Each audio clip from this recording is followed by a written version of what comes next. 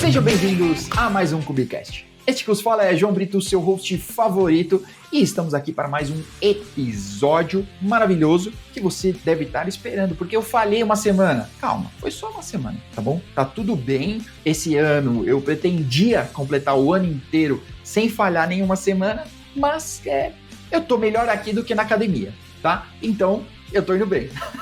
Aqui, a Smart Fit segue cobrando meu cartão tranquilamente. Tá? Bom, pessoal, eu queria dizer para vocês que estamos no último final de semana do Outubro Rosa. Mulherada, consciência, né? Homenzada, tá? Câncer de mama não acontece só em mulheres, tá bom? Fica o toque para vocês, tá? E, bom, se prevenir, cuidar da sua saúde, tá bom? Então, bom, o Outubro é rosa, mas quem tá vermelho mesmo é a AWS. Hoje ficou fora, hoje todo mundo chorou. O SIST1 tá fora. Coloca suas coisas em outro canto. Só tem essa zona naquela desgraça. Os malucos ralam pra ter sei lá quantas zonas, regiões e etc. E você deixa tudo na USIST1. Nós vamos falar sobre isso, tá? Porque o convidado de hoje, olha, nós ralamos para conseguir gravar, tá? Mas ele se dedicou muito, abriu um espacinho na agenda concorrida, achou um momento, depois vocês agradecem ele aí pelo conteúdo, beleza? Lucas Azevedo, muito obrigado pela presença. Se apresente e conta pro mundo quem é você. Fala, galera. Obrigado aí pela introdução, João. Muito legal estar aqui no Cubicast. Finalmente deu certo. Depois de 2 meses, a gente conseguiu aí o espaço, mas que bom. Eu espero que seja muito legal aí para quem vai nos assistir. Eu sei que tem conteúdo massa demais. Bom, uma pequena introdução aí, né? Eu sou o Lucas. Eu trabalho com tecnologia há muitos anos, né? Desde os meus 12 anos de idade eu trabalho nessa área de TI maluca. Comecei formatando computador, criando rede ali para Lan House ainda quando era adolescente. E de 2017 para cá eu atuo exclusivamente com a cultura DevOps. Já passei por mercado nacional, internacional, Big Tech, já fui do Airbnb, Mercado Livre, algumas startups, e tem uma bagagem bem legal aí para compartilhar a respeito de cultura, o que eu tenho visto de bom, o que eu tenho visto de ruim, o que o mercado transfigurou no meio do caminho, mas eu tô aí nessa jornada de ajudar outras pessoas agora a se estabelecerem cada dia mais na cultura. Muito bom, muito bom. Eu também tive uma carreira muito parecida com a sua, eu já fui no Airbnb, compro coisa do Mercado Livre. Muito bom. Tá bom, mas olha, pessoal, não vou embora, porque eu sou só o bocó que faz as perguntas aqui, tá bem? Então fiquem tranquilos, o conteúdo quem traz sempre é o convidado, por isso a gente sempre tem conteúdo bom aqui, beleza? E eu vou começar com uma pergunta, viu, Lucas? Já que você falou da cultura DevOps desde 2017, mas cultura DevOps vem de antes aí, né? Vem de uns trocentos anos, 2009 talvez, lá pelos meados ali, né? E os malditos 10 deploys por dia lá do Flickr, nem o Flickr não deu conta, né? O Flickr já morreu e cultura DevOps não emplacou ainda. A gente tá aqui em 2025 para falar de cultura DevOps. Mas então eu queria começar com uma perguntinha que tem muito conteúdo até aqui no Cubicast sobre cultura DevOps. Então eu queria saber sobre os seus pontos preferidos sobre a cultura DevOps. Talvez uns 2 ou 3 assim, que você, eu destaco isso aqui da cultura DevOps, é o que para mim representa, assim, sabe? Show. Não, maravilha, cara. Como você falou, faz muitos anos que é falado esse termo, né? Primeira vez, né, até um fato histórico, é a primeira vez que foi usado esse termo, né, publicamente, assim, foi numa conferência de agilidade em 2008 por Patrick Debois, e ele trazendo, né, a ideia da cultura DevOps como um solucionador ali de atrito entre desenvolvimento e operação. E eu sempre gosto de frisar que a cultura DevOps é muito interessante você entender a fundo os seus conceitos. Por quê? Justamente porque de algum tempo para cá, quando você fala de cultura DevOps, a galera já vai para Kubernetes, a galera já vai para pipeline, a galera já vai para ferramenta. E no fundo, né, não é só sobre ferramenta. É legal você aprender sobre ferramenta, é necessário, você vai utilizar muito ferramenta sim, mas ela não nasceu para isso. A ideia, quando foi transmitida sobre uma cultura, integração, agilidade, não tinha a ver sobre você criar ferramentas. mas sim sobre você posicionar o seu mindset a ter agilidade naquilo que você está entregando. Então, é uma passada conjunta, né? O pessoal de desenvolvimento com o pessoal de operações, o pessoal de infraestrutura. Então, o primeiro ponto, assim, que eu digo que na cultura DevOps é primordial e que se a gente não entender isso, a gente vai ter muito problema, é a respeito da colaboração. A gente não faz nada sozinho. Não adianta a gente ter uma figura de um DevOps, o cara pode ser Principal, o cara pode ser Master Blaster. Se o cara vestir ali uma camisa de eu sou sozinho no mundo, o cara não vai conseguir entregar valor. Então, a colaboração é um dos pontos primordiais da cultura DevOps. A gente precisa entender realmente que quem faz o negócio, quem faz o produto, quem faz o serviço que vai ser entregue no final do dia não é apenas um DevOps, mas é um time de desenvolvimento, é um time de operações, um time de infraestrutura, um time de dados, um time de cybersec, enfim. São múltiplas equipes e pessoas trabalhando para um propósito. Então, se você tira a colaboração da cultura DevOps, se você só pensa em Argo, em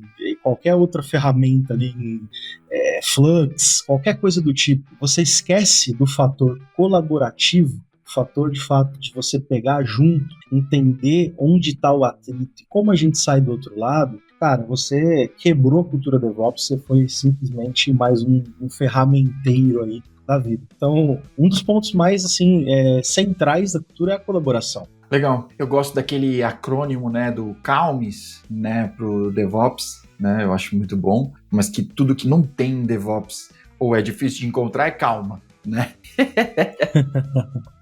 É verdade. Pode crer. Mas me ligando a isso, eu fui stalkear o seu LinkedIn, né? Inclusive, pessoal, acessa lá o LinkedIn do Lucas, tá bom? Tá aqui embaixo em algum canto. E você fez uma comparação que eu achei muito legal e eu queria conversar sobre ela. Porque você falou que DevOps é muito mais xadrez do que uma corrida de 100 metros. Mas o que eu queria saber é como fazer isso se tornar verdade quando a gente tem o Gira sangrando de tarefa. Não hoje, porque hoje o Gira ficou fora também, viu, pessoal? Um abraço para a Atlassian. Mas quando o Gira tá sangrando de tarefa e o gerente tá na nossa orelha com prazo e tem só mais um negocinho urgente aqui, é o urgente do urgente, a gente precisa de uma palavra mais urgente, que urgente já é o status quo do Gira do DevOps. Como fazer, né? Porque, bom, como fazer? Eu tenho mais perguntas sobre isso. Legal. Não, show de bola. Cara, e é interessante, né? Sempre quando eu falo sobre cultura DevOps, sobre planejamento, sobre estrutura, colaboração, cultura, a galera vem realmente muito com essa ideia de, cara, como que eu consigo implementar a cultura DevOps? Como eu consigo, de fato, chegar nesse nível legal de funcionamento, sendo que ainda hoje muitos enxergam o DevOps como um coringa, onde ele vai atender qualquer tipo de chamado, qualquer tipo de solicitação, qualquer coisa que chegar. Desde criar um usuário e banco de dados até liberar IP em VPN. Qualquer coisa dos mundos ali acaba chegando pro DevOps. Passando, claro, por uma impressorazinha e um ar-condicionado sempre, né? Com certeza. E se o DevOps de hoje, né, não souber sobre café especial, café gourmet, sobre a torra perfeita, o cara nem pode ser considerado DevOps. Eu acho que o DevOps acabou virando o novo estagiário, né, do mundo de TI.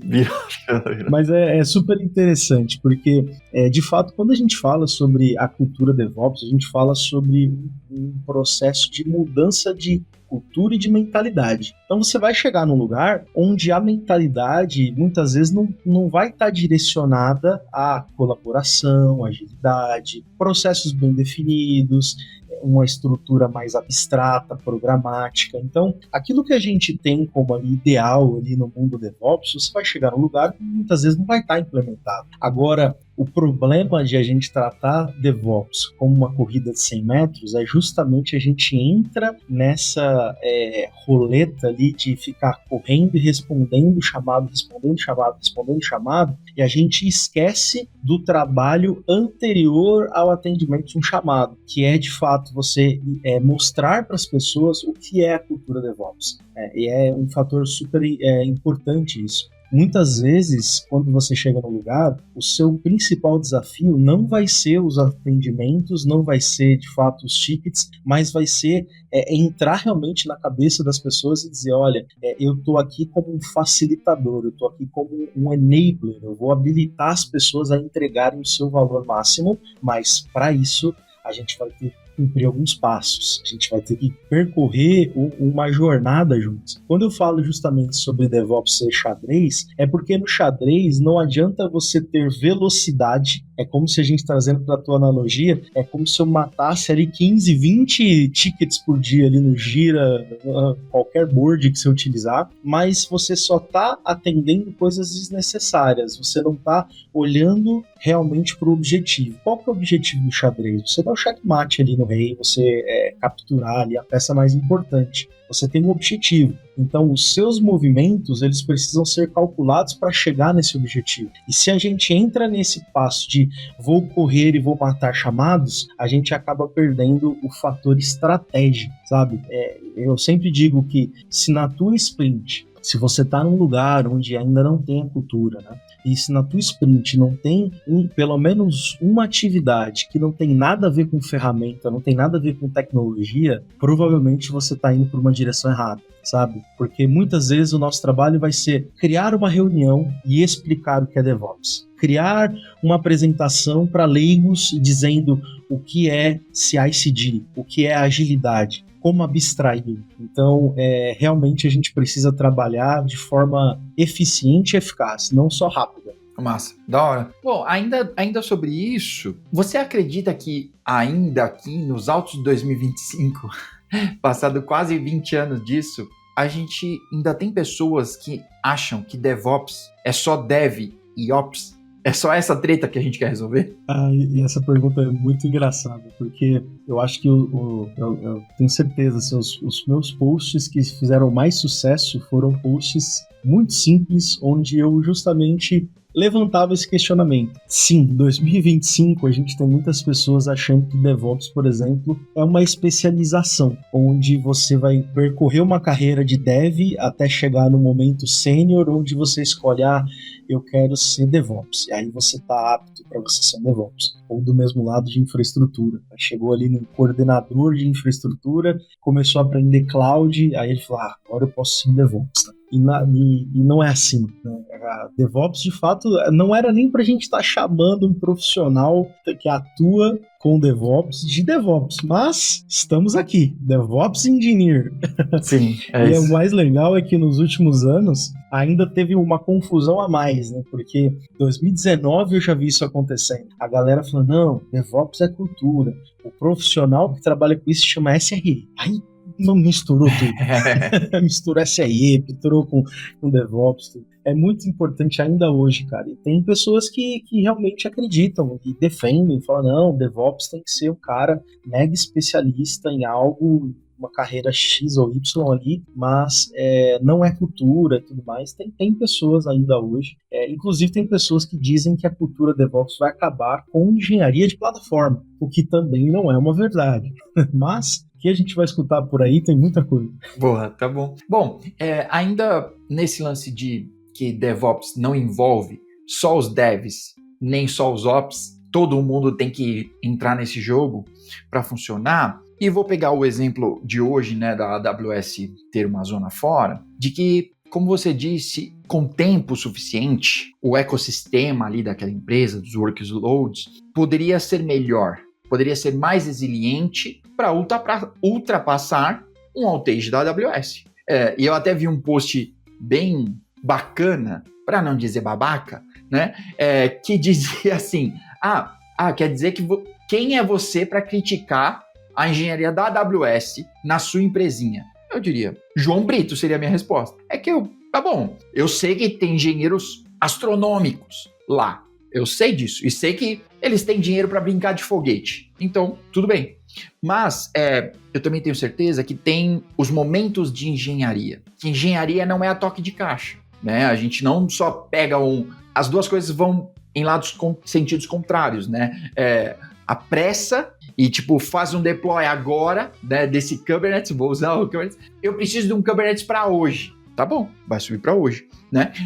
E, olha, eu preciso de um Kubernetes production ready, né? Eu preciso de um Kubernetes à prova de balas, que a gente vai entregar um SLA aqui de, sei lá, 2 noves, nem vou falar 3, 2 noves depois da vírgula, tá? E aí a conversa é outra, né? O tempo que eu preciso para isso é bem maior, o tempo que eu preciso para planejar, para implementar isso. E eu coloco isso tudo, eu posso dizer tudo, na conta do chefe. Seja o nome dele superintendente, gerente, tech lead, CTO, um abraço para os CTOs, meus coleguinhas.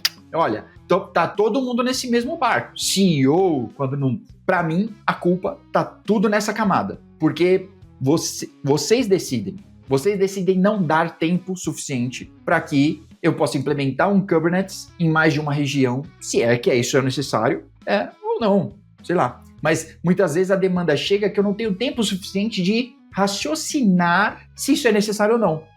Quer saber como é para você essa questão, né, sobre priorização, sobre pensar? Cara, muito interessante, acho que bem pertinente, né, hoje ainda mais com esse outage da AWS, essa questão. Cara, assim, eu sempre digo que tem dois lados, né, dessa conversa a respeito de priorização. E eu sempre digo também que o acordado, ele não sai caro. O problema que a gente vê muitas vezes é que realmente tem uma pressão vinda do negócio, das cadeiras mais altas ali, acontece essa pressão mesmo, afinal, essas cadeiras geralmente têm muito mais corpo, né, no jogo a perder do que a pessoa que estaria executando ali no final do dia, né? Então realmente acontece essa pressão. Agora, o que eu sempre comento é que a gente precisa ter acordos muito bem firmados e ter clareza no que a gente está entregando. O problema que tem acontecido muitas vezes é que essa pressão ela tem sido sanada com soluções fracas, com arquitetura rasa e ninguém está sabendo disso, né? Eu sempre brinco, né, que o problema do DevOps é que às vezes ele tem medo de falar não ou tem medo até de se posicionar. E óbvio, né, a gente tá falando aqui de uma comunicação assertiva, não é você falar não vou fazer, né, não quero saber, não vou fazer dessa forma. Não é assim. Mas a gente precisa estar ali realmente apoiando essas cadeiras mais altas, essa diretoria, de informações, de pontos positivos, negativos, de riscos, e se a gente assume um risco, a gente vai até o final segurando o que pode acontecer ou não, né? E aí até um princípio da AWS, Disagree and Commit.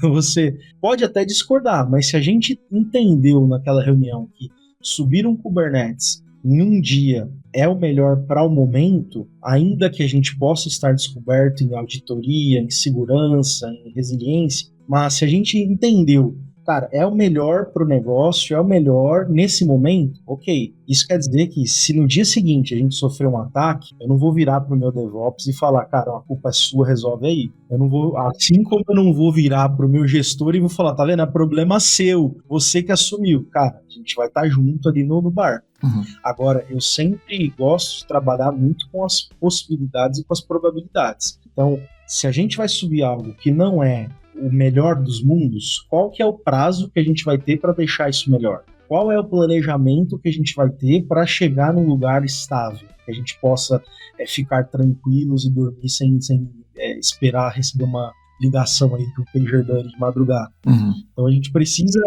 ter esse fator estratégico em conta para que a gente possa tomar essas decisões. Por exemplo, talvez o meu negócio hoje possa suportar 10, 12, 15 horas fora do ar numa região, mas talvez o meu negócio não esteja preparado para eu custear 2, 3 regiões de uma cloud que cobrem em dólar. Então a gente tem que balizar. Sim, não, total. Eu vou usar um exemplo e eu quero adentrar um pouco mais nesse assunto do SLA e do outage aqui, que ele vem a calhar.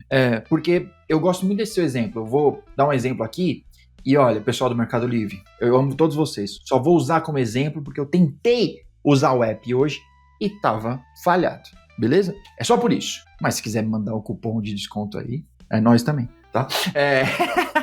Mas, ó, o lance é, alguns negócios sobrevivem tranquilamente com uma página de estamos em manutenção. Cara, não vai acontecer nada com o negócio desse maluco. Vou dizer, sei lá, um consultório de psicologia. Vai deixar lá, olha, nosso site está em manutenção, tá? Volta daqui a pouco, sei lá, tá? Ou hoje vai ficar fora. Cara, não importa. Tudo certo. O job vai continuar tranquilo. Job não pode mais. O trabalho, né? O pessoal vai pensar outra coisa.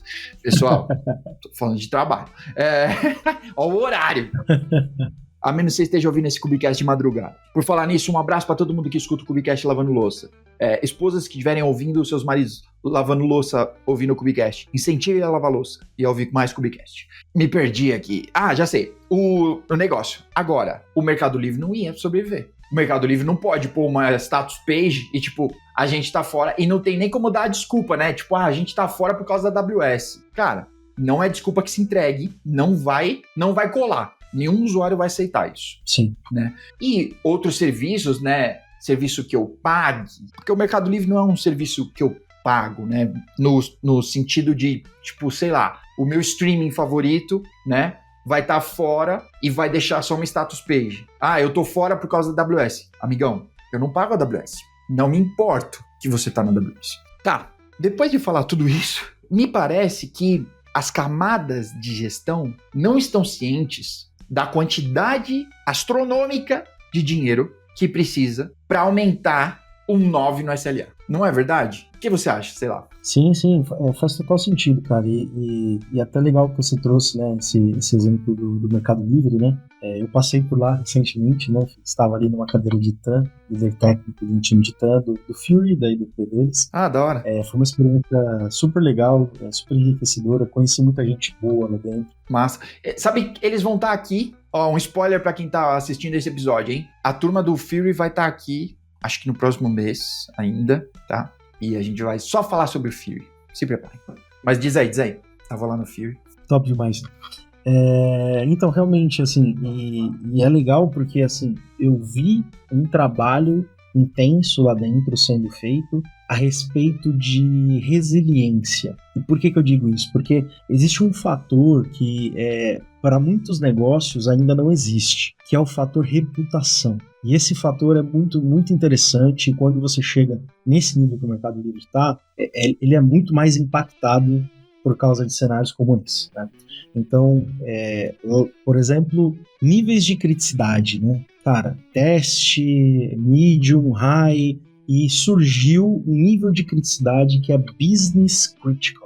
E ele não fala a respeito de uma BU específica, mas é a respeito da reputação do negócio. E quando a gente oferece um serviço, ou quando a gente está hospedando algo, né, servindo pessoas a nível de Mercado Livre, a nível de Airbnb, por exemplo, coisas desse tipo worldwide, a gente precisa realmente ter um enfoque muito grande que a cultura DevOps leve essa mentalidade de resiliência, eficiência, agilidade para onde precisa ser levado. E o que você está dizendo é justamente, cara, às vezes não está tão claro o quanto custa a resiliência, mas aí eu também fico pensando muito a respeito de como você está enxergando resiliência, sabe? Por quê? Muitas vezes o que acontece é que você tem o seu serviço impactado, mas você consegue manusear de alguma maneira. Então, por exemplo, imagina que a AWS realmente caiu hoje totalmente, cara. Beleza, a gente tem como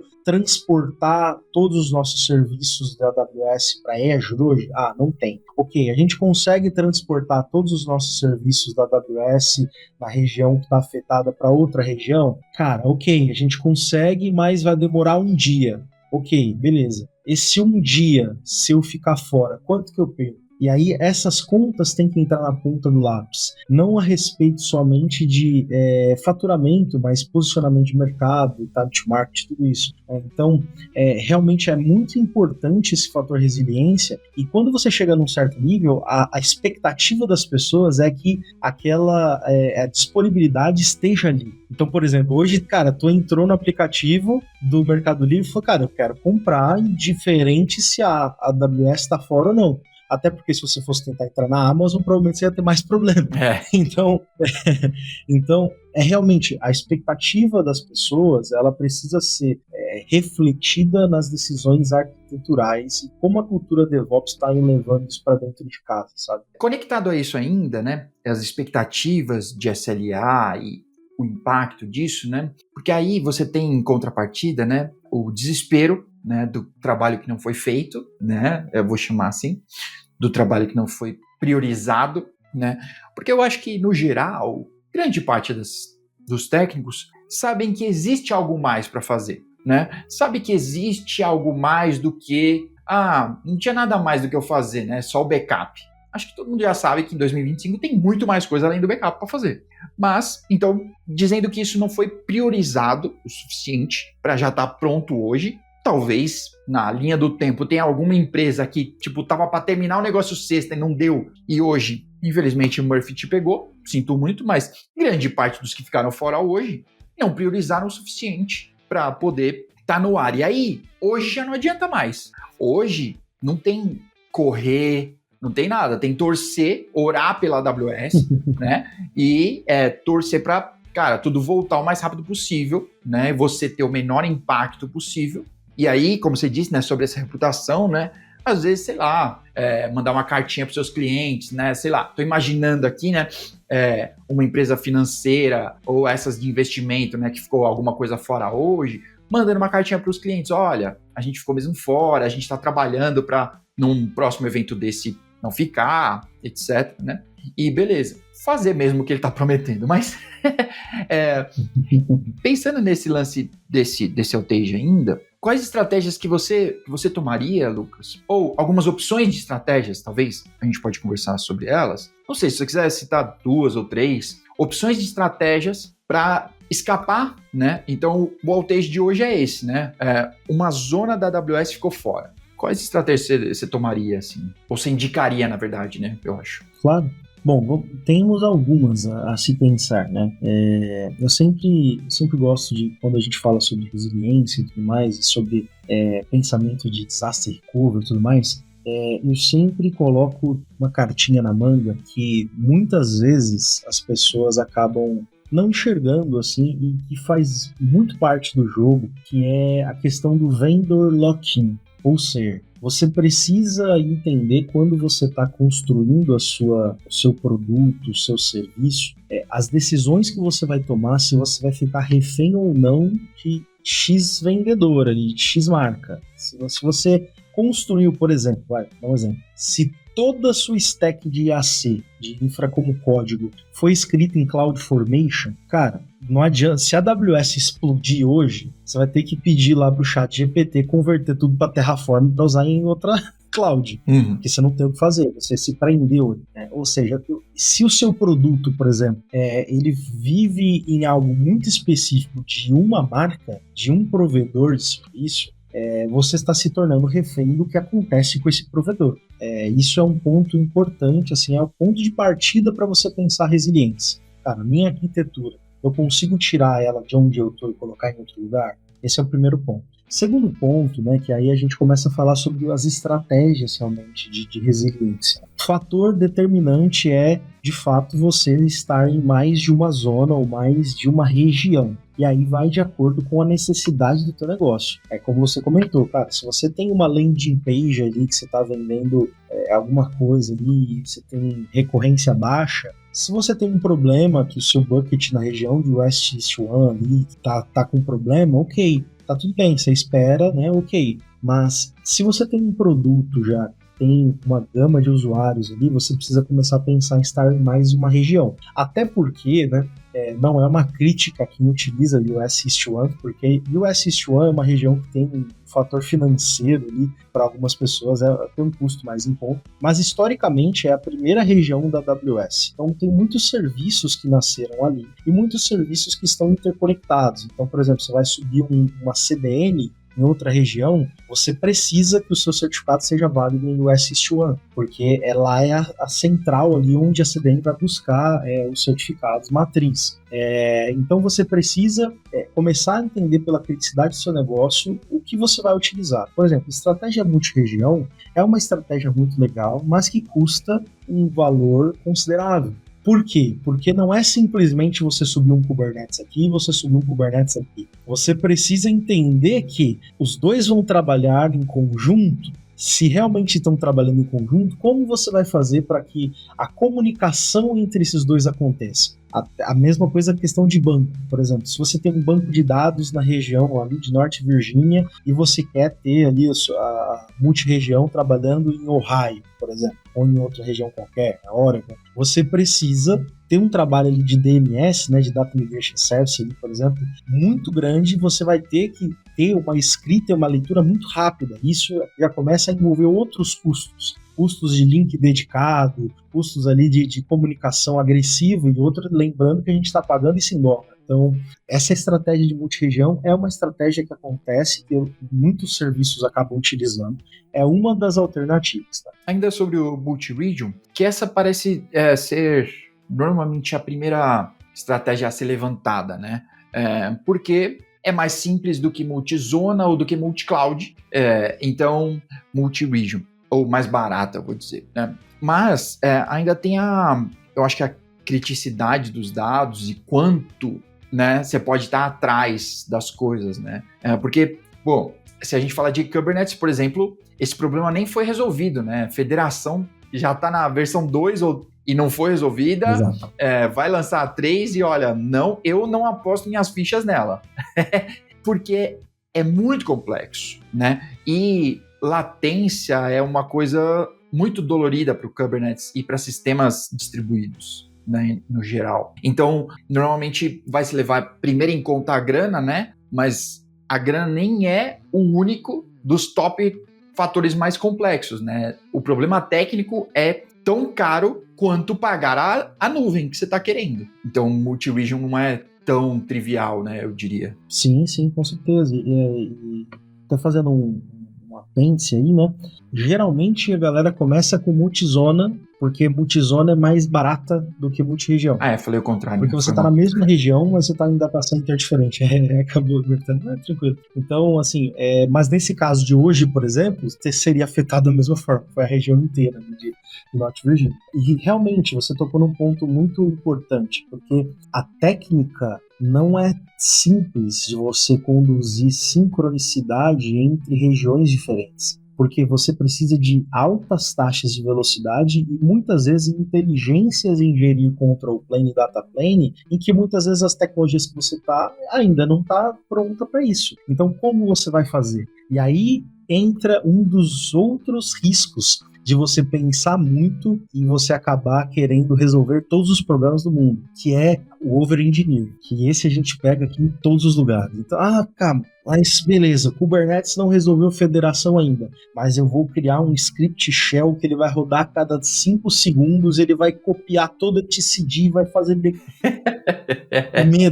Medo. A palavra é medo.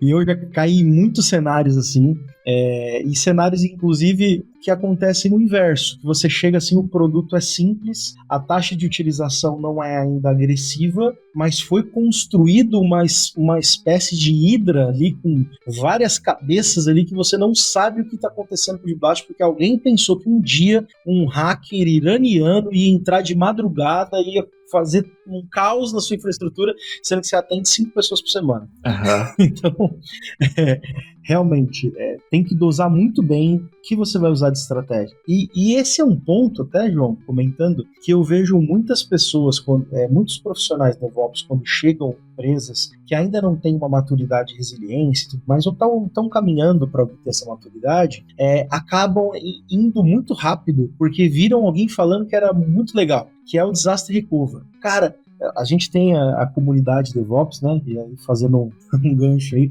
comunidade DevOps no Discord. Hoje a gente está com mais de 1.100 pessoas lá, um lugar para tirar dúvida e tudo mais. É bem legal. E lá, cara, chega muita gente que tá estudando, gente que tá ali no seu cargo de júnior para pleno, perguntando, cara, como que eu faço DR? Como que eu faço DR? Eu quero criar meu IAC aqui multi-cloud, eu quero subir na AWS, apertar um botão e subir na GCP. E a primeira coisa que a gente fala é, calma, respira. Esse botão não existe, querido. Exatamente, cara. Nem o Terraform sabe como fazer as coisas assim. Calma. A gente vai chegar lá um dia, né? Mas respira um pouquinho, toma um café. Qual que é o problema? Você tem log hoje? Os seus desenvolvedores sabem o que está acontecendo? Não sabem. Então por que você está querendo resolver um problema que você ainda não tem? Calma. Então, realmente, tem que se pensar muito para você não acabar aderindo a uma estratégia. Em momentos como esse, cara, eu tenho certeza que essa semana vai ter task em sprint de DevOps a rodo. Procurar estratégia DR. A gente precisa sair da AWS, a gente está em risco. Calma, respira. Sim. Aí toma uma decisão.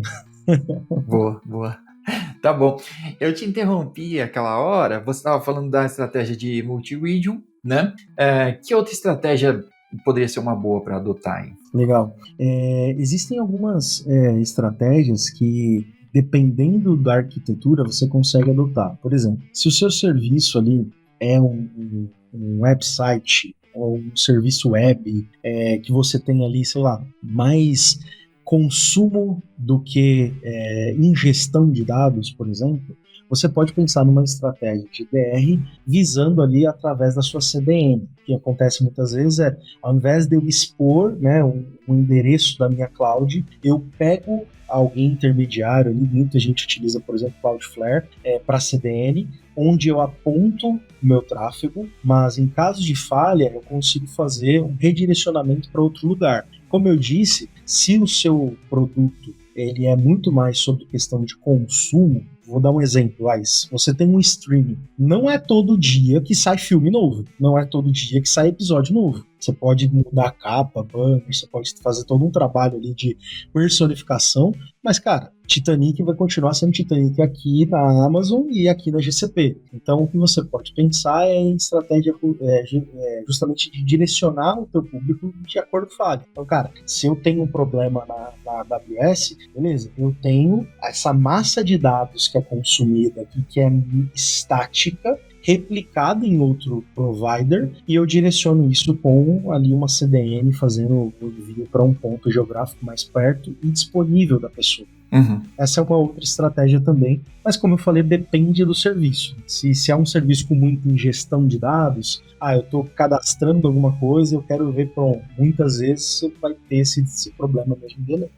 E se você tem dinheiro para rasgar, pode ir lá na Akamai, né? Brincadeira.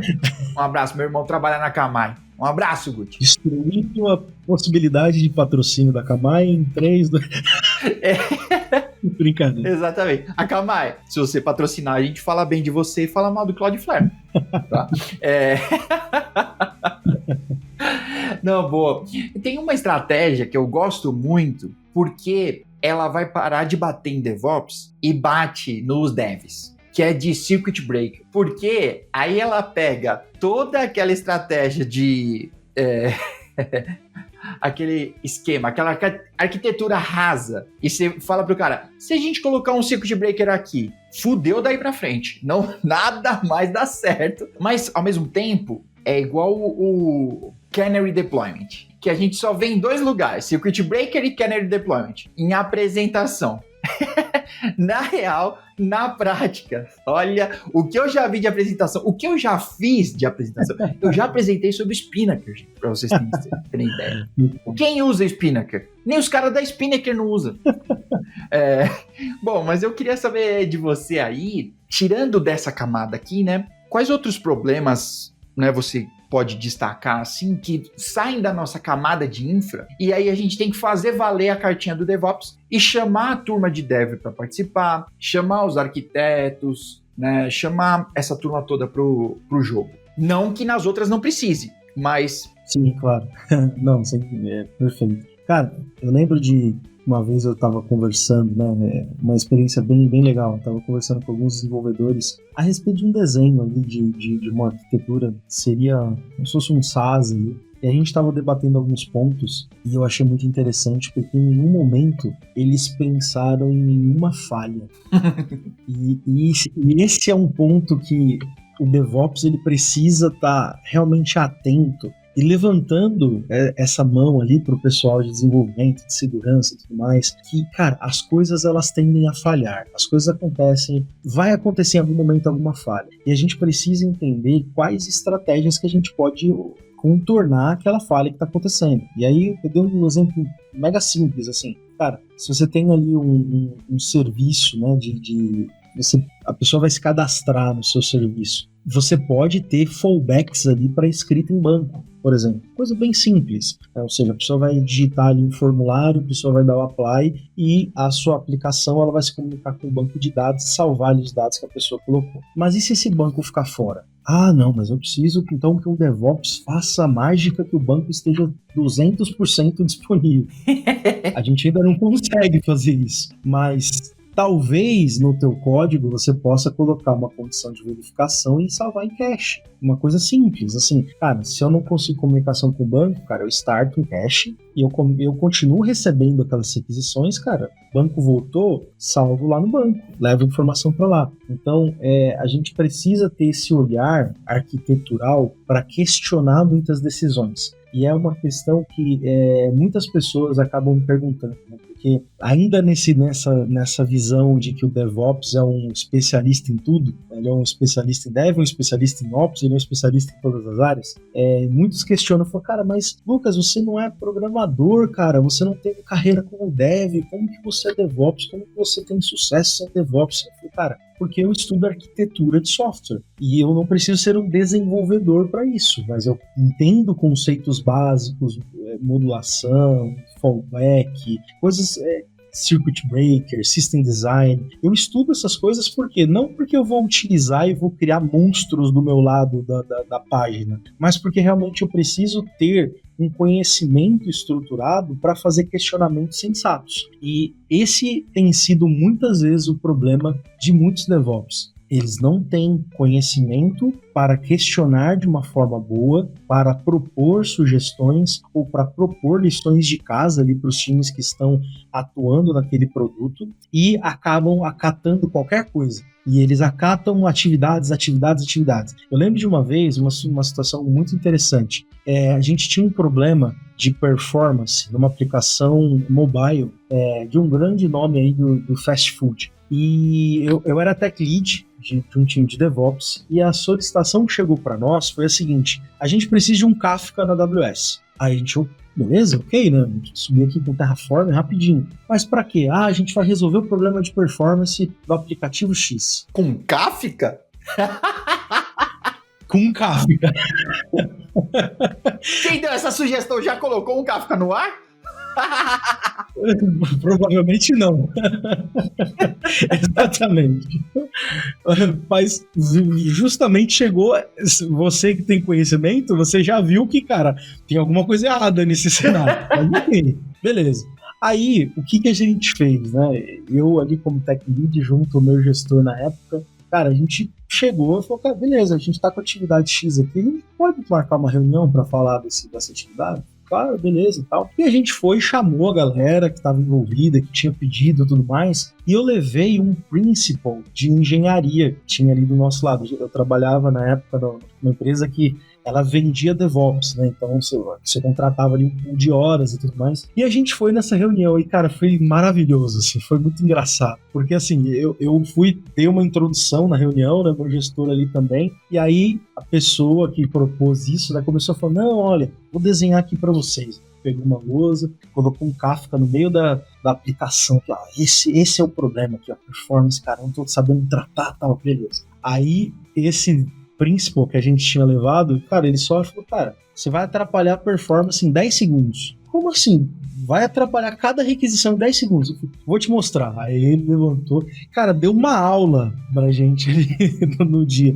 E justamente assim, a gente saiu de lá entendendo. Falei, cara, o problema aqui não era que eles não conheciam tudo mais, mas eles acreditavam que aquela era a solução mesmo. Eles não estavam sendo maliciosos, maldosos, a gente quer que esse pessoal trabalhe. Cara, eles acreditavam porque provavelmente viram algum vídeo na internet falando a Kafka vai resolver seus problemas. Ah, era do Nubank, né? Falando que o Nubank usa Kafka. Brincadeira, Nubank.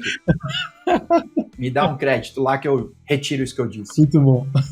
E aí, justamente esse é o ponto, cara. A gente, como DevOps, a gente precisa estar com essa antena ligada, esse olhar de arquitetura, para a gente poder questionar de uma forma tranquila, saudável. Cara, a gente saiu dali da reunião com um destino e a gente conseguiu aumentar bastante a performance e foi bem legal, assim. Mas esses pontos a gente precisa tomar bastante cuidado, cara. Senão o DevOps ele acaba sendo simplesmente mais um solucionador de casos ou um resolvedor de ticket e perde o fator estratégico. Nossa, que legal. Esse exemplo, eu acho que você ilustrou completamente assim o que é DevOps, né? Porque alguém teve uma ideia que para essa pessoa podia parecer tipo, mano, inventei a roda aqui, minha promoção vai vir agora que vocês vão ver. Mas que o mais legal é que todo mundo saiu da reunião com um resultado, né? Tipo, olha, eu aprendi mais uma coisa, né? A gente teve uma troca aqui, né? Acho que como você falou lá no início, né? Pô, a gente teve uma troca. E aí valeu, né? É para isso que tem time, né? Senão para mim não faz sentido, né? Senão poderia ser o eu time, que é o gênio ali, que ele determina tudo e ele tem todas as boas ideias, né? E obedeça cegamente o que essa pessoa disser. Então, dá um computador na mão dela e manda ela fazer, ué. Não existe essa pessoa. Cara, e vou falar pra você, infelizmente, assim, em muitos lugares que eu já passei, clientes que eu já atendi, tinham pessoas que eram endeusadas nesse nível. Ah, conheço. Sabe? Pessoas que a gente até brincava, né? Falava, cara, super-herói, assim, essa postura de super-herói. Vou chegar e vou te salvar.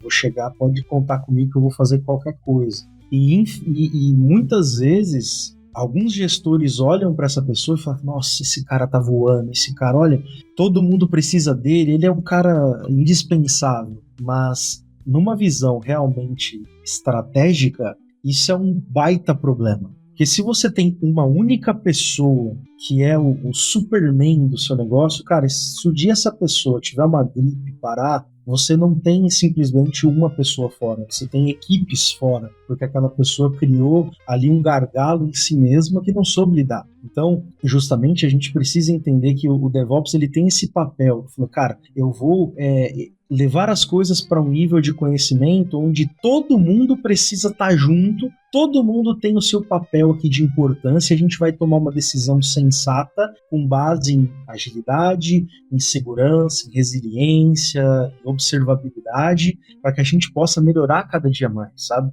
E eu até uma dica para a galera, né? Tem um framework de tomada de decisão que eu gosto muito, chamado SPADE, o acrônimo espada em inglês ali, é um framework de decisão que quem criou foi um diretor de produto do Google, que saiu, que não é mais do Google hoje, mas é basicamente um paper onde você define qual é de fato o seu problema, ou seja, o que você precisa resolver, quais são as pessoas envolvidas naquela tomada de decisão, quais são as alternativas, qual é a decisão final de todas aquelas pessoas envolvidas e no final você explica, você leva para um consenso público porque você tomou aquela decisão. Por isso que o SPADE é Setting, People, Alternatives, Decision e Explain. E você tem isso embasado para que todos entendam. Fala, cara, beleza, por que a gente não está usando o Datadog e a gente está usando o GTM? Usando a stack ali do Lock, Grafana e tudo mais. Cara, porque eu tinha alternativas, as pessoas que estavam envolvidas, que estão os stakeholders, entenderam que a melhor opção era essa, tá aqui documentado, ninguém é dono da verdade, a gente fez um estudo, a gente saiu do outro lado, mas, como eu disse, é uma jornada, não tem como chegar e em uma semana resolver tudo, não, cara, até chegar nesse nível você demora um pouquinho.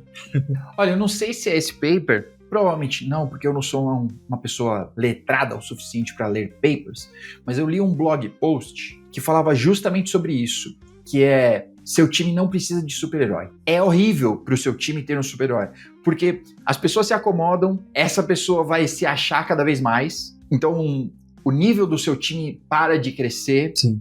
Você não tem pares para trocar ideia, então normalmente todas as ideias saem de uma única cabeça, né? Então isso é péssimo, assim. E normalmente uma pessoa não quer ver isso, né? Normalmente é o super-herói, né? Ele não quer ver isso. E isso é ruim para essa pessoa também, né? Ela não percebe que o gerente adora que ela seja o super-herói, porque ele nunca vai tirar esse maluco de lá. Sim. Ele vai ficar nessa cadeira de super-herói o resto da vida dele, não vai ser promovido, não vai mudar de time, não vai pegar desafio novo. Não, ele é excelente nisso que ele tá fazendo, deixa ele lá, tá tudo bem, assim, né? E vai promovendo pessoas, e normalmente você vai escutar essas pessoas dizendo, tá vendo? Eu sei muito mais, tenho muito mais experiência aí, quem passou foi o puxa-saco, que foi promovido. Não é que a pessoa puxa-saco, né? É que ela talvez tá tendo um pouquinho mais de visão que você, né? Talvez. Mas é muito ruim ter Champions, né? É muito ruim, cara, ter esses Champions mesmo, cara. E tem um fator ainda que não é colocado muitas vezes na conta, que é o fator, cara, saúde pessoal. Porque assim, essa pessoa, ela pode ali, às vezes, estar achando que está resolvendo todos os problemas, está super feliz profissionalmente, mas, cara, para ela resolver uma demanda de uma empresa de 200, 300 pessoas, de um corpo de engenharia de 50, 60 pessoas, essa pessoa não está tendo tempo com a família, não está tendo tempo de se cuidar, de fazer uma academia, de, sei lá, fazer alguma coisa saudável, ter um tempo só para ela. Aquela pessoa provavelmente está sendo ligada de madrugada, final de semana. Aquela pessoa está envolvida em todos os projetos. Cara, isso não é saudável, sabe? E uma coisa que eu aprendi nos últimos anos e que eu sempre falo para muita galera, cara, as empresas elas vão passar, sua vida e a sua família não. Elas vão continuar aí, você precisa tomar mais conta desses dois pilares, do que do seu negócio, do que da empresa. E, cara, amanhã ou depois, o Lucas, que era esse exímio DevOps, cara, não vai ser tão bom para a empresa X, e tá tudo bem. Agora, cara, minha esposa, que tá comigo aqui, 5 anos casado já, cara, ela tá suportando esse trabalho, essa evolução e tudo mais, e eu tô penalizando ela, dando o meu melhor para outros, que um dia vão passar e ela vai estar aqui. Um exemplo simples, sabe? Sim, é verdade. Totalmente verdade, Lucas. Parabéns. Eu concordo completamente com isso. Bom, cara, pra gente ir encerrando aqui nosso episódio, né? Obrigado, primeiramente, aí, por tanto conhecimento que você está compartilhando. Mas pra gente ir encerrando aqui, vamos às nossas recomendações, né? Pra turma, pra eles esquecerem que existe um DR, a AWS tá fora mesmo, liga o Netflix aí se estiver funcionando, ou então assiste algum que você baixou de forma questionável, né? No mínimo. Então, diz aí, Lucas. Cara, eu vou te falar, ultimamente eu tenho assistido algo que é bem antigo, mas eu tive acesso agora, que é o Adventure Time, A Hora da Aventura. Cara, é um desenho muito legal, cara, e meu atual líder, né, ele tem umas tatuagens dos personagens, do Jake e do Finn, e ele falava, cara, você precisa assistir, você não acredita, você não assistiu ainda, cara. E é um negócio que tem me prendido, assim, acho muito legal. É um desenho, mas que não é para criança. É um desenho com uma temática bem adulta ali, tem temas bem sérios e muitos questionamentos sociais ali. A vida é muito louca dos caras ali do desenho, mas é bem legal. É uma coisa que eu recomendo, assim, pra distrair bastante, cara, de muito time. Uma outra coisa também que eu sempre recomendo, cara, é você se apegar ali à sua fé, sabe? Eu sempre digo que isso é algo maravilhoso, assim, que sustenta em várias áreas. Hoje eu sou cristão, protestante, né? Envolvido na minha igreja, eu sirvo na minha igreja, eu sou pastor auxiliar aqui do ministério onde eu sou envolvido e, cara, como isso tem me ajudado, cara, tanto no profissional quanto no pessoal, e isso alivia a tensão, muitas vezes, das pipelines quebrando, dos problemas de Kubernetes, você tá ali junto com aquilo que você acredita, sabe? É muito bom. Que massa, que legal, Lucas. Obrigado pelas dicas aí. Eu quero dar uma dica de um filme aqui, pessoal, que eu fui enganado a este filme, assistir, né?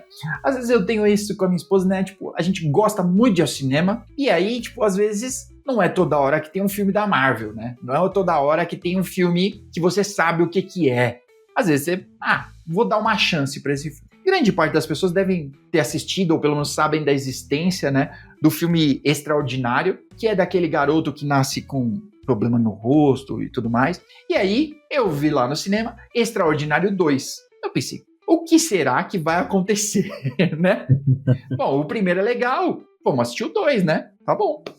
Que o primeiro é realmente bom, né? Eu achei muito bom o filme. E aí, tá bom, vamos ao filme. E aí o filme, ele tem um subtítulo, né, que se chama Pássaro Branco. E aí ele vai tratar, então, pra vocês poderem assistir, tá no... como chama o streaming? No Prime Video. Tá no Prime. Só tenta acessar amanhã, tá, pessoal? Porque Prime... O Prime hoje... O Prime hoje tá meio bagunçado, viu, pessoal? Um abraço pro pessoal que tá cuidando do Prime, viu? Verdade, boa, Lucas. Mas, tá lá no Prime e ele é assim, ele vai dar um próximo passo na história, né? Mas ele pega um gancho muito fraco. Esse filme não podia se chamar Extraordinário 2, né? É uma estratégia de marketing feia, tá? O filme é bom, mas a estratégia de marketing de ligar os dois é ruim. Porque ele pega o moleque que fazia bullying com o Extraordinário lá, sei lá o nome do moleque, o que fazia bullying. Então, ele aparece no segundo filme, no início do filme, né? E aí ele tá reclamando ali e tudo, papapá, a avó vai contar uma história pra ele, e é tipo, era uma vez, e é a história da avó lá no início da guerra. Então, cara, não tem nenhuma ligação com o Extraordinário. Vocês já perceberam, a ligação termina aí, cara. Aí, 5 minutos de filme, fim da ligação, o cabo se quebra. Mas o filme é bom, vale a pena assistir. É um filme bem legal mesmo, assim. O marketing funcionou, né, pro filme. O marketing funcionou, tá? Eu caí, né, como um bom trouxa do marketing, tá? Mas é bem legal o filme, vale a pena assistir, assim. É um drama, né, daquele período ali da guerra, mas vale a pena, bem legal, assim. Então essa é a minha dica desse momento. E eu fico com uma segunda dica, eu concordo com o Lucas, de um tempo pra cá eu tenho dito, não espere perder sua vida pra você começar a viver, tá? Quem acompanha o Clubecast há um tempo sabe que eu quase perdi a minha, então eu tô tentando viver a minha agora, antes que eu perca de novo. Tá bem? Ô Lucas, poxa cara, eu quero agradecer muito esse papo, um papo muito legal e bater na AWS é sempre legal, milionário tem mais que apanhar mesmo, então... Obrigado pela sua presença. Queria deixar esse espaço aberto agora, se você quiser deixar um recado pra turma aí, esse é o momento. Além do link do Discord, né? Pra turma poder entrar. Claro. Cara, queria também agradecer, cara. Obrigado, João, pelo papo, cara. Sensacional esse espaço aqui que você traz, a galera da comunidade, para enriquecer a outros, né? A fazer as pessoas crescerem e tudo mais. É óbvio, com muito humor, muita diversão, e tá certo mesmo, né? Deixa a parte séria para quem atendeu a ligação da AWS. Boa. Bom, eu queria agradecer também ao pessoal aí de casa, né? E dar alguns recadinhos aí bem rápidos, né? Galera que me segue aí no LinkedIn e tudo mais, cara, tô sempre postando todos os dias ali, bastante conteúdo voltado, né, para a área, para desenvolvimento dos profissionais de DevOps, para amadurecer essa ideia da cultura DevOps também no mercado de trabalho, que está muito defasado. Então, se você ainda não me segue, Lucas Azevedo, pode buscar por L Azevedo DevOps, vai aparecer também ali no LinkedIn.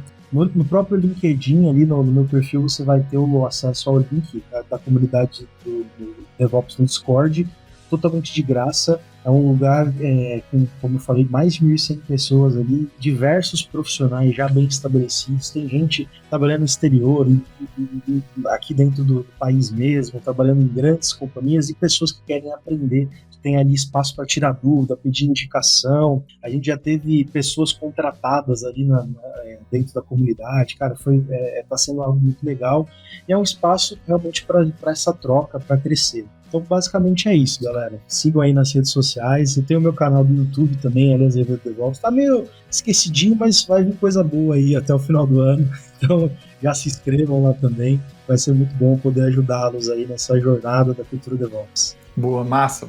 Muito legal, Lucas. Obrigado. Pessoal, o último jabá aqui, rapidinho, não vai embora. Olha só, abriu a última turma, não é jabá, é só pela amizade. Abriu a última turma desse ano do Descomplicando System Design, que é o cursinho que o Fidelis dá lá na Linux Tips. Que eu saiba, é a última turma que vai ter esse ano. Acabou de abrir, ainda tem umas vaguinhas lá. Espero que ainda tenha alguma vaga quando chegar aqui, mas quando você ouvir esse episódio, se não tiver ainda, ano que vem tem mais, com certeza. Se liguem no System Design, não espera a AWS cair para você querer se mexer, que aí já é too late, beleza? Com esse recadinho animador é que eu me despeço. A gente se vê no próximo episódio. Até mais. Tchau.